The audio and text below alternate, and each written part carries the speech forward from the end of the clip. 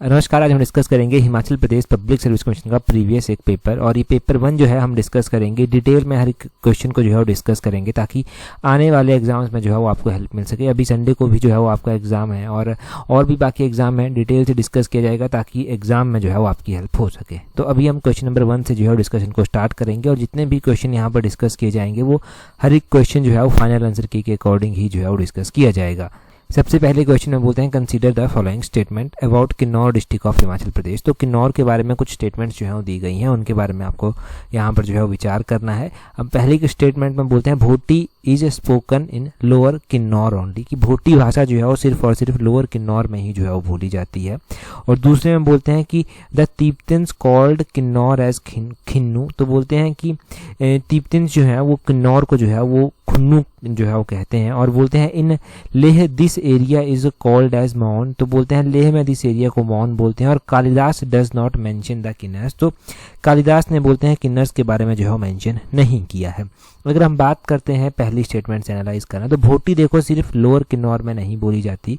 भोटी यहाँ पे लिखा गया है ना कि Bhoti is spoken only in lower Kinnaur, तो ये गलत हो गया। भोटी सिर्फ लोअर किन्नौर में नहीं बोली जाती, ये बाकी के हिस्सों में भी जो है वो बोली जाती है। ये स्वांगला ट्राइब के द्वारा भी बोली जाती है जो लाहौल स्पीति में जो है वो रहती है, तो ये स्टेटमेंट तो गलत हो जाएगी। और दूसरे में बोलते हैं तीप्तन कॉल्ड किन्नौर एज खुन्नू, कि तीप्तन जो है वो किन्नौर को खुन्नू जो है वो बोलते हैं। ये स्टेटमेंट बिल्कुल सही है कि तीप्तन जो है वो किन्नौर को जो है वो खुन्नू भी जो है वो बोलते हैं। ये स्टेटमेंट बिल्कुल सही यहाँ पर दी गई है। दूसरे में बोलते हैं in Leh this area is called Maun, तो बोलते हैं कि लेह में इस एरिया को जो है वो माउन जो है वो बोलते हैं। और ये स्टेटमेंट भी जो है वो सही है कि लेह में जो है वो किन्नौर को जो है वो माउन जो है वो बोला जाता है। ठीक है, तो दूसरी और तीसरी स्टेटमेंट जो है वो हमारे पास सही है। चौथी स्टेटमेंट भी हमारे पास गलत है कि Kalidas does not mention the Kinnars. देखो कालिदास ने जो है वो किन्नर्स के बारे में जो है वो वर्णन जो है वो किया है। कालिदास ने जो है वो अपने एक ग्रंथ में जो है उनके बारे में मेंशन किया है। ग्रंथ का नाम है कुमार संभवम। कुमार संभवम में जो है वो कालिदास ने किन्नर्स का जो है मेंशन किया है। अगर हम किन्नौर की बात कर रहे हैं, किन्नौर को जो है वो तीप्तन्स खुन्नू बोलते हैं, लेह में इस एरिया को माउन जो है वो बोला जाता है, तो ये स्टेटमेंट्स बिल्कुल सही है। और आपने ध्यान रखना है कि वायु पुराण में जो है वो इन किन्नौर्स को या फिर किन्नर्स को जो है वो महानंद माउंटेन का निवासी जो है वो बताया गया है। ये भी क्वेश्चन पूछ जाता है कि इनको कहाँ का निवासी बताया गया है, तो इनको महानंद माउंटेन का निवासी बताया गया है। और कौन से पुराण के अकॉर्डिंग बताया गया है, तो वायु पुराण के अकॉर्डिंग जो है वो इनको यहाँ का निवासी जो है वो बताया गया है। ठीक है, तो ये क्वेश्चन क्लियर हुआ। अगला क्वेश्चन क्या बोलते हैं which of the following tributaries of Beas river join it in district Kangra, तो बोलते हैं कि ब्यास की कौन सी सहायक नदी जो है वो इसको कांगड़ा में जो है वो ज्वाइन करती है। देखिए ब्यास के बारे में जब भी हमने बात की है तो ब्यास की मैंने डिस्ट्रिक्ट वाइज जो है वो आपको सहायक नदियां जो है वो बताई हैं। जो ब्यास की मैंने आपको कांगड़ा में सहायक नदियां जो है वो बताई हैं, उसमें बिनवा बताया है, न्यूगल बताया है, बाणगंगा जो है वो बताया है, बनेर बताया है, गज बताया है, और चक्की बताया है, मानूनी जो है वो उसमें बताया है, और कुनाह जो है वो बताया है। तो ये जो है वो ब्यास की सहायक नदियां आती हैं कहाँ पर, कांगड़ा में। तो इस क्वेश्चन का सही आंसर कुनाह जो है वो हो जाएगा, ऑप्शन ए जो है वो सही आंसर इसका है। अगर हम बात करते हैं स्पिन की, देखो स्पिन भी ब्यास की ही सहायक नदी है, ऐसा नहीं कि ये ब्यास की सहायक नदी नहीं है, ये भी जो है वो ब्यास की ही सहायक नदी है। और स्पिन डिस्ट्रिक्ट कुल्लू में जो है ब्यास की सहायक नदी है। सोलंग की बात करते हैं तो ये भी कुल्लू में ही जो है ब्यास की सहायक नदी है। सरवारी की बात करते हैं तो ये भी जो है वो कुल्लू में ही जो है वो ब्यास की सहायक नदी है। तो बाकी की 3 कुल्लू में जो है ब्यास की सहायक नदी है। ये जो कुनाह आती है ये कांगड़ा में जो है ब्यास की सहायक नदी है। तो यहाँ पर ब्यास की सहायक नदियाँ क्लियर हो गई आपकी। और भी ब्यास की बहुत सारी सहायक नदियाँ हैं, जैसे कि इसमें जो है वो उहल एक इसकी सहायक नदी है, बीणा है, हंसा है, तीर्थन है, सुकेती है, सोन है, बनेड़ है, ये सारी जो है वो इसकी सहायक नदियां हैं। मंडी में जो है ये इनको ज्वाइन करती हैं ब्यास को। अगला क्वेश्चन देखिए, अगले क्वेश्चन में क्या बोलते हैं the assembly was revived in Himachal Pradesh in year, तो बोलते हैं कि हिमाचल प्रदेश में असेंबली को जो है वो कब जो है वो फिर से जो है वो रिवाइव किया गया था, पुनर्जीवी जो है वो इसको किया गया था। इसको जो है वो पुनर्सशक्त कब किया गया था। अगर हम बात करते हैं असेंबली की कि असेंबली को जो है वो फिर से कब जो है वो यहाँ पर रिवाइव किया गया था, तो क्वेश्चन नंबर 3 का ऑप्शन सी 1963 जो है वो सही आंसर हो जाएगा। अगर हम हिमाचल प्रदेश में ये पॉलिटिकल सिनेरियो देखते हैं तो 15 अप्रैल 1948 को हिमाचल का गठन हो गया था। फिर उसके बाद 1951 में हिमाचल पार्ट सी स्टेट भी जो था वो बन गया था। फिर बाद में चलकर 1951-52 में यहाँ पर इलेक्शन होते हैं पहली विधानसभा के लिए। 1956 में जो है वो इसको केंद्र शासित प्रदेश जो है वो बना दिया जाता है। 1956 में ये जो है वो केंद्र शासित प्रदेश बन गया। 1971 तक ये केंद्र शासित प्रदेश ही जो था वो रहा था। और बीच में जो है वो क्या होता है, बीच में जो है वो इसको टेरिटोरियल काउंसिल भी बनाया जाता है।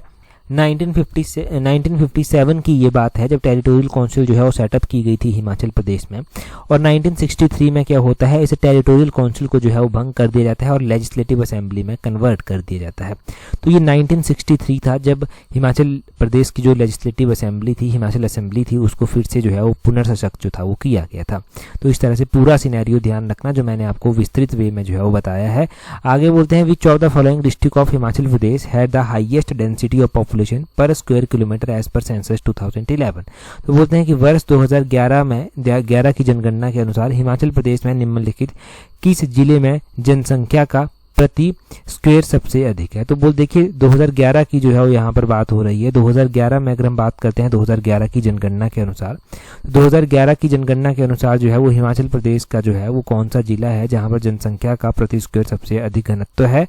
तो यहाँ पर मैं आपको ऑप्शंस के अकॉर्डिंग डेंसिटी बताता हूँ। जैसे कि कांगड़ा डिस्ट्रिक्ट दिया गया है, कांगड़ा की डेंसिटी 263 है as per 2011 census. Hamirpur district दिया गया है, हमीरपुर की जो है 407 है, 407 है। मंडी डिस्ट्रिक्ट जो है यहाँ पर दिया गया है, मंडी की डेंसिटी जो है वो 253 जो है वो आती है। और यहाँ पर सोलन डिस्ट्रिक्ट जो है वो दिया गया है, सोलन की डेंसिटी जो है वो 300 जो है वो आती है। तो ये डेंसिटी जो है वो दी गई है अलग अलग डिस्ट्रिक्ट की। तो यहाँ पर बोलते हैं हाईएस्ट डेंसिटी किसकी है, तो ऑब्वियसली हमीरपुर डिस्ट्रिक्ट की डेंसिटी जो है वो सबसे हाईएस्ट है एज पर 2011 सेंसस। अगर हम बात कर ही रहे हैं डेंसिटी की हिमाचल की, तो 2011 की जनगणना के अनुसार हिमाचल की जो डेंसिटी है वो है 123 हिमाचल की डेंसिटी है। सबसे अधिक डेंसिटी जो है वो 407 हमीरपुर डिस्ट्रिक्ट की आती है और सबसे कम डेंसिटी जो है वो लाहौल स्पीति डिस्ट्रिक्ट की जो है वो आती है। लाहौल स्पीति की डेंसिटी जो है वो 2 है। कई बार ये भी क्वेश्चन पूछ लिया जाता है कि हिमाचल प्रदेश की डेंसिटी जो है वो अलग अलग जनगणनाओं के अकॉर्डिंग कितनी थी। जैसे कि 2011 के अकॉर्डिंग 123 थी, 2001 की जो जनगणना हुई थी उसके अकॉर्डिंग 109 जो है वो यहाँ की डेंसिटी जो था वो हुआ करती थी। 1991 की जो है वो जनगणना हुई थी तो 93 जो है वो उस टाइम हुआ करती थी यहाँ की डेंसिटी। तो ये आपने जो है वो ध्यान रखना है। और क्वेश्चन नंबर 5 की अगर हम बात करते हैं तो क्वेश्चन नंबर 5 में जो है वो क्वेश्चन पूछा गया है। बोलते हैं from which of the following state of India Himachal Pradesh has less female literacy rate as per census 2011।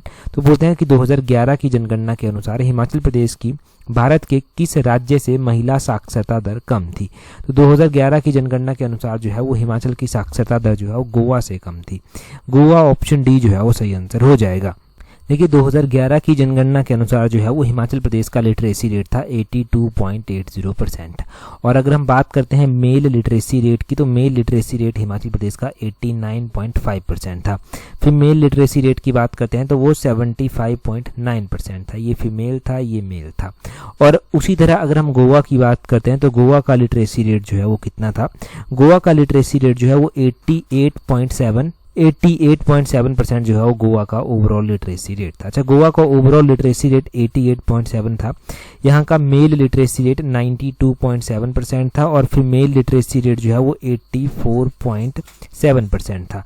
तो देखिए अगर हम देखते हैं फीमेल लिटरेसी रेट तो हिमाचल से जो है वो गोवा का फीमेल लिटरेसी रेट ज़्यादा ही है। तो ये ध्यान रखना है किस तरह के क्वेश्चन भी जो है वो पूछे जाते हैं। अब कई बार मेल का, कई बार फीमेल का, कई बार ओवरऑल, ये सारे जो हैं वो पूछ लिए जाते हैं। तो कोई सा भी पूछा जाए आपको हिमाचल का एग्जैक्टली पता होना चाहिए। बाकी डिस्ट्रिक्ट आप अनुमान भी लगा सकते हैं क्योंकि ये गोवा जैसे जो हैं वो जो स्टेट आते हैं ना वो काफ़ी एजुकेटेड और काफ़ी छोटे स्टेट जो हैं वो आते हैं। कोई भी स्टेट अगर छोटा है तो बहुत ज़्यादा प्रोबेबिलिटी हो जाती है कि वहाँ पर लोगों को सुविधाएं भी अच्छी होंगी, वहाँ पर जो एजुकेशन है वो भी अच्छी होगी। एजुकेशन अच्छी है तो ऑब्वियसली लिटरेसी रेट भी जो है वो अच्छा ही होगा। अगला क्वेश्चन देखिए क्या बोलते हैं। अगला क्वेश्चन बोलते हैं which of the following is correct about gross value added at constant prices of secondary sector in 2022-23 advance estimate. यहाँ पर तो जब उस टाइम पेपर हुआ था तो उसके अकॉर्डिंग तो 2022-23 का जो है वो पूछा गया था। अब हम यहाँ पर अपना प्रेजेंट टाइम का भी देख लेंगे जो हमारे पास डाटा अवेलेबल है, परंतु 2022-23 का इसका जो है वो ऑप्शन सी सही आंसर हो जाएगा। It was less than 2018-2019। देखो ऑप्शंस देखो कैसे दिए गए हैं, तो ऑप्शंस के ऊपर भी डिपेंड करता है कि क्वेश्चन सही आपका होगा या नहीं होगा। कई बार क्वेश्चन आसान होता है, ऑप्शन से टफ कर दिए जाते हैं और क्वेश्चन गलत हो जाता है उसी चक्कर में। अब हम यहाँ पर बात करते हैं हिमाचल प्रदेश के ग्रॉस वैल्यू एडिट की कांस्टेंट प्राइजेस पर, और वो भी सेकेंडरी सेक्टर में, उसकी हम बात करते हैं। अगर हम 2024-25 का डाटा जो है वो जानते हैं, 2024-25 का लेटेस्ट डाटा हमारे पास है। 2024-25 के डाटा के अनुसार जो है वो 65,134 करोड़ जो है ये ग्रॉस वैल्यू एडिट है हिमाचल प्रदेश का। और 2023-24 के अकॉर्डिंग अगर हम बात करते हैं 2023-24 के अकॉर्डिंग, तो वो 60,000, यहाँ पर लिख देता हूँ 60,238 करोड़ है। ये आपने ध्यान रखना है, ये मैं करोड़ में बता रहा हूँ आपको। अगर हम सेकेंडरी सेक्टर की ग्रोथ की बात करते हैं तो 2024-25 के एडवांस एस्टीमेट के अकॉर्डिंग जो सेकेंडरी सेक्टर की ग्रोथ थी वो थी 8.1%। ये आपने ध्यान रखनी है, अगर पूछी जाएगी तो ग्रोथ पूछी जाएगी और ग्रोथ है 8.1%। और 2024-25 के एडवांस एस्टीमेट के अकॉर्डिंग मैं बता रहा हूँ 2022-23 का भी हमारे पास जो है वो ग्रोथ रेट अवेलेबल है, वो 9.4% है। वो कितना है? 9.4% है। तो ये बेसिक्स आपको यहाँ से पता चल ही गया होगा, ठीक है। जो मैंने ग्रोथ बताई वो बहुत ज़्यादा इंपॉर्टेंट है सेकेंडरी सेक्टर की, 8.1% है वो 2024-25 के एस्टिमेट के अकॉर्डिंग।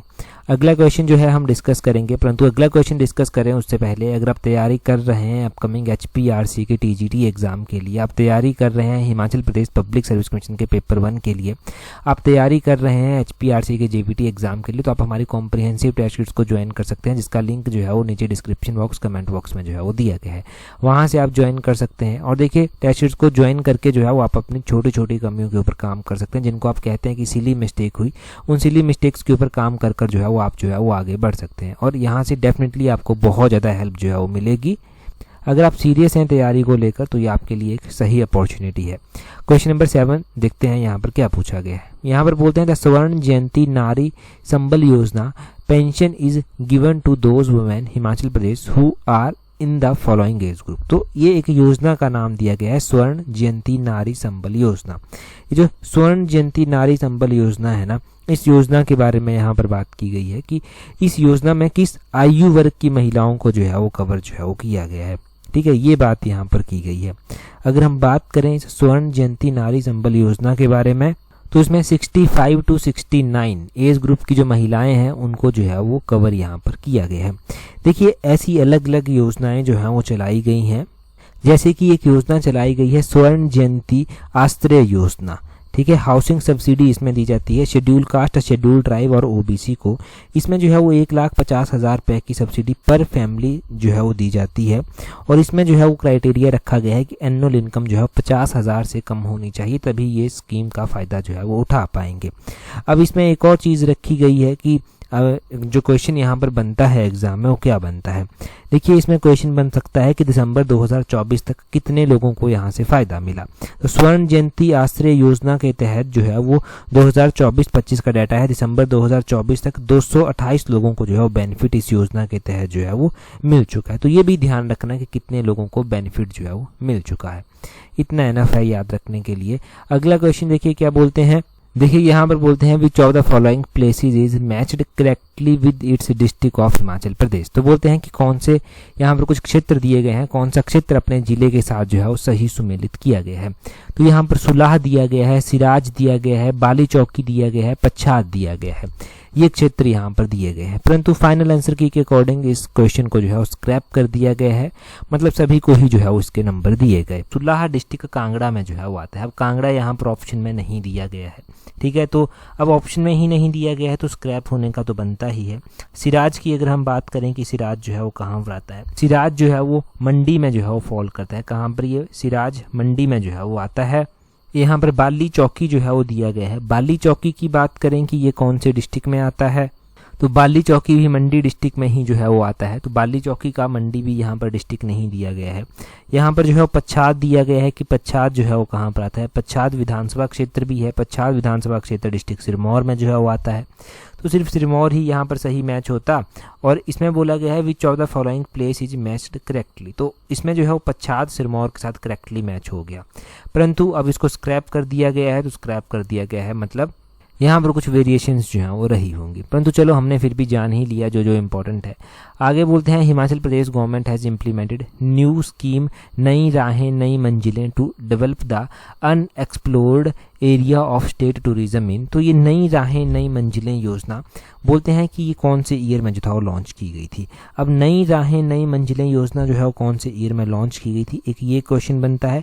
एक ये भी क्वेश्चन एग्जाम में बना है कि ये स्कीम जो है वो किस सेक्टर से जो है वो संबंधित है, ये भी एक क्वेश्चन जो है वो बना है। तो ये स्कीम जो है वो कौन से सेक्टर से संबंधित है, ये टूरिज्म सेक्टर से जो है वो संबंधित है।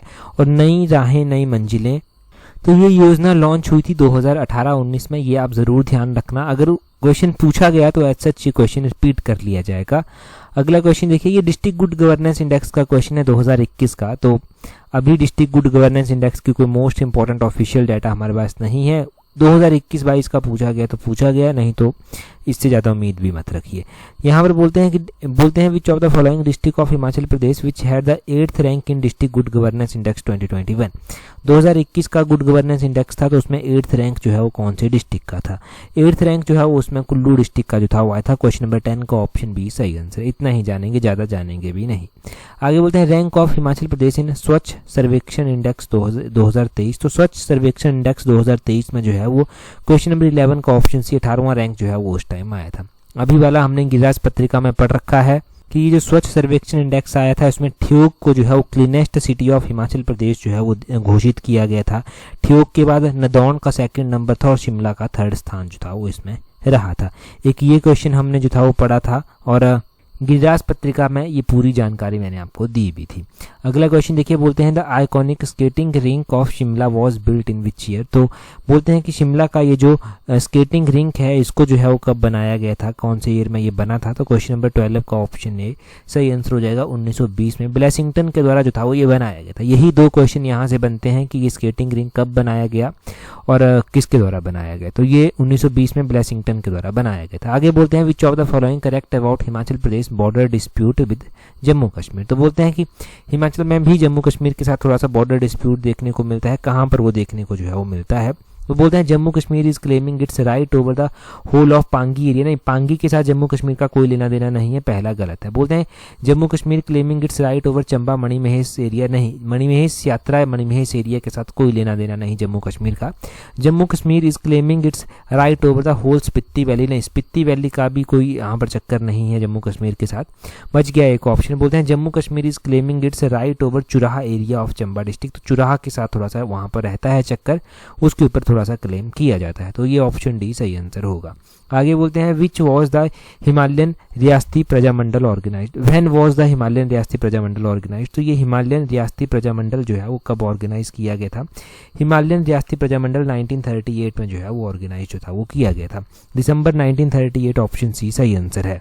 देखिए यहाँ पर एक बड़ी महत्वपूर्ण जानकारी ये पता चलती है कि क्वेश्चन को किस तरह से जो है वो समझना है। यहाँ पर हिमालयन रियासती प्रजामंडल पूछा गया है ना, हमेशा याद रखा जाता है 1938, परंतु आपको मंथ वाइज याद रखना है। दिसंबर 1938 में हिमालयन रियासती प्रजामंडल की स्थापना जो था वो की गई थी। ठीक है, तो दिसंबर महीना भी साथ में याद रखना है, बोलने का मतलब ये है। वैसे ही जो है वो Himalayan hill state regional council भी है। Himalayan hill state regional council की स्थापना 1946 में की गई थी, उसको भी ध्यान रखें साथ में। Himalayan hill state regional council गिरास पत्रिका में ये क्वेश्चन हम डिस्कस करते रहते हैं, मिशन एलाइड में भी ये हम पढ़ते रहते हैं। आगे बोलते हैं identify from the following Himachal Pradesh first Indian police service women. तो हिमाचल की जो है वो पहली इंडियन पुलिस यानी कि आईपीएस महिला जो था वो कौन थी। पहली जो आईपीएस थी वो कौन थी, वो सतवंत अटवाल त्रिवेदी थी। इनके पास एडिशनल जो है वो डीजीपी का चार्ज रह चुका है, फुल फ्लेज्ड नहीं, एडिशनल डीजीपी हिमाचल की ये रह चुकी हैं और पहली महिला है इस चार्ज को होल्ड करने वाली की और फर्स्ट आईपीएस वुमेन है हिमाचल प्रदेश की। ये आपने स्पष्ट रूप से जो है वो ध्यान रखना है। क्वेश्चन नंबर 16 में बोलते हैं which article of Indian constitution provide safeguard to Anglo Indian community. तो ये भी हमने जो है वो पढ़ा है क्वेश्चन कि एंग्लो इंडियन कम्युनिटी को जो है वो आर्टिकल नंबर 331 जो है वो सेफगार्ड प्रोवाइड करवाता है। ऑप्शन सी सही आंसर है। आगे बोलते हैं correct consider the following about the union territory of Puducherry. तो पुडुचेरी के बारे में कौन सा सही है, इसके बारे में जो है वो दूसरी और चौथी स्टेटमेंट सही है। ऑप्शन बी जो है वो इसका सही है। इसमें बोलते हैं it was one of headquarter of French government in India. उस टाइम ये फ्रेंच गवर्नमेंट का हेडक्वार्टर हुआ करता था और बोलते हैं it has nearly 77 large industrial enterprises. ये भी सही है, तो इतना ध्यान रखें। अगले क्वेश्चन में बोलते हैं which of the following is correct about state of Goa. तो स्टेट ऑफ गोवा के बारे में कौन सा कथन सही है। बोलते हैं it's forest cover is above national requirement, ये बिल्कुल सही है। ऐसे क्वेश्चन पूछे जाएं, आते हो तो ठीक है, नहीं आते हो तो एकदम से स्किप कर दें, क्योंकि ये क्वेश्चन सीधा नंबर ले जाते हैं। नहीं तो ये बोलते हैं 2023 में हरियाणा की जो है वो sex ratio, female sex ratio जो था वो क्या थी। तो 2023 की बात की गई है। 2023 में हरियाणा की जो फीमेल सेक्स रेशो थी वो 916 थी। ऑप्शन डी सही आंसर है। आगे बोलते हैं which of the following projected as India's gross domestic product in the first advance estimate for 2023-24। तो इसमें जो है वो 7.3% जो है वो सही आंसर है। ये भी उसी टाइम का है। आगे बोलते हैं India's space craft Aditya L1, बोलते हैं कि ये रीच किया और अपने पार्किंग स्पॉट पर after the mission days in January 2024। जनवरी 2024 में भारत का अंतरिक्ष यान आदित्य L1 कितने दिनों के बाद पार्किंग स्टेशन पर पहुंचा था। तो आदित्य L1 जो है वो सूर्य के ऊपर जो है वो भेजा गया था और ये कितने दिनों के बाद जो है वो अपने पार्किंग स्टेशन पर पहुंचा था। 21 को भी जो है वो स्क्रैप यहाँ पर कर दिया गया था। ठीक है, स्क्रैप्ड क्वेश्चन है। आगे बोलते हैं Dronacharya award life time category में 2023 का भास्करन ई को दिया गया है। बोलते हैं ये कोच हैं कौन सी खेलों के। तो भास्करन ई जो है वो कबड्डी के कोच हैं। ऑप्शन डी सही आंसर है। देखिए अगर हम अभी की बात करते हैं 2024 की, तो 2024 में भी द्रोणाचार्य अवार्ड जो है वो दिए गए हैं। अगर हम लाइफ टाइम कैटेगरी में बात करते हैं तो 2 लोगों को दिया गया है। श्री एस मुरलीधरन को दिया गया है, बैडमिंटन के ये जो है वो कोच हैं। और श्री अर्मांडो एंजिलो कोलैको को दिया गया है, ये फुटबॉल के जो है वो कोच हैं। तो इन 2 व्यक्तियों के नाम ध्यान रखना है जिनको ये लाइफ टाइम कैटेगरी में दिया जाता है। एक रेगुलर कैटेगरी में भी ये द्रोणाचार्य अवार्ड जो है वो दिया जाता है। और रेगुलर कैटेगरी में श्री सुभाष राणा को दिया गया था, पैरा शूटिंग के जो है वो कोच हैं। MS दीपाली देश पांडे को दिया गया है, शूटिंग की कोच हैं। श्री संदीप संगवान को दिया गया है, हॉकी के कोच हैं। इतना ध्यान रखना। अगले क्वेश्चन में बोलते हैं which of the following dam is highest in India. तो इनमें से कौन सा डैम जो है वो हाईएस्ट है इंडिया में। क्वेश्चन नंबर 23 की अगर हम बात करते हैं तो 23 का ऑप्शन बी टिहरी डैम सही आंसर है। कहां पर ये आता है ये आप कमेंट कर बताएंगे, कौन से स्टेट में आता है और कौन सी नदी के ऊपर बना हुआ है। आगे बोलते हैं of the following which is the latest international environmental agreement. तो बोलते हैं कि इनमें से कौन सा लेटेस्ट एनवायरमेंटल एग्रीमेंट है। तो ग्लासगो क्लाइमेट पैक्ट ये लेटेस्ट एग्रीमेंट है। आगे बोलते हैं Ajit Singh Gill a hockey Olympians who died on January 2024, ये उस टाइम का करंट अफेयर का क्वेश्चन है। तो बोलते हैं कि इस देश के ये नागरिक थे। क्वेश्चन नंबर 25 का ऑप्शन सी सिंगापुर सही आंसर होगा। आगे बोलते हैं which former prime minister of UK has assumed office of secretary of state foreign commonwealth and development affairs. तो ये देखो उस टाइम का ही क्वेश्चन था, ये डेविड कैमरॉन थे। ठीक है, अभी ये वैलिड भी नहीं है। आगे बोलते हैं which of the following desert lies in eastern Asia, ये वैलिड है। तो बोलते हैं कौन सा इनमें से रेगिस्तान ऐसा है, कौन सा मरुस्थल ऐसा है जो पूर्वी एशिया में जो है वो आता है। 27 का एक गोबी डिजर्ट जो है वो सही आंसर जो है वो हो जाएगा। गोबी डिजर्ट जो है ये आता है, ऑप्शन ए जो है वो सही आंसर है। ठीक है, आगे बोलते हैं identify the smallest ocean from among the following. इनमें से सबसे छोटा ओशियन जो है वो कौन सा है, ये भी बहुत इंपॉर्टेंट क्वेश्चन है। इसमें बोलते हैं सबसे छोटा ओशियन जो है वो आर्कटिक ओशियन जो है वो आता है। अगर हम सबसे बड़े ओशियन की बात करते हैं तो पैसिफिक ओशियन जो है वो लार्जेस्ट ओशियन जो है वो आता है। कौन सा, पैसिफिक ओशियन ये लार्जेस्ट ओशियन आता है। आगे बोलते हैं which of the following author is matched correctly with his book. तो बोलते हैं कि कौन सा ऑथर जो है वो अपनी किताब के साथ सही रूप से मैच किया गया है। 29 का ऑप्शन बी हो जाएगा, पॉल लाइंच प्रॉफिट सॉन्ग के साथ जो है वो सही मैच जो है वो किए गए हैं, ये सही मैच किए गए हैं। अगले क्वेश्चन में बोलते हैं which of the following statement about aspirin is not correct, ये भी वैलिड क्वेश्चन है। बोलते हैं कि एस्प्रिन के बारे में कौन सा कथन जो है वो सही नहीं है। तो क्वेश्चन नंबर 30 का जो है अगर हम बात करते हैं, बोलते हैं ये ऑप्शन सी इसका सही आंसर हो जाएगा, it belongs to narcotic analgesics. तो ऑप्शन सी जो है वो बोलते हैं ये स्टेटमेंट एस्प्रिन के बारे में करेक्ट नहीं है। पहली स्टेटमेंट की ये इफेक्टिव इन रिलीविंग पेन है, तो ये भी सही है। एंटी ब्लड क्लॉटिंग एक्शन है, ये भी सही है। It is neurologically active drug, ये भी सही है। ठीक है, तो ये सही है, बाकी सी ऑप्शन जो है वो सही नहीं दिया गया है। अच्छा देखिए, अगर आपने टेलीग्राम पर हमें ज्वाइन नहीं किया है तो अपने टेलीग्राम से ज्वाइन करने के लिए सर्च करना @allexam31, आपको हमारा टेलीग्राम चैनल जो है वो मिल जाएगा। टेलीग्राम पर ज़रूर ज्वाइन कर लें, वहाँ पर हर एक इंपॉर्टेंट अपडेट आपको दे दी जाती है जो एग्जाम से संबंधित इंपॉर्टेंट होती है।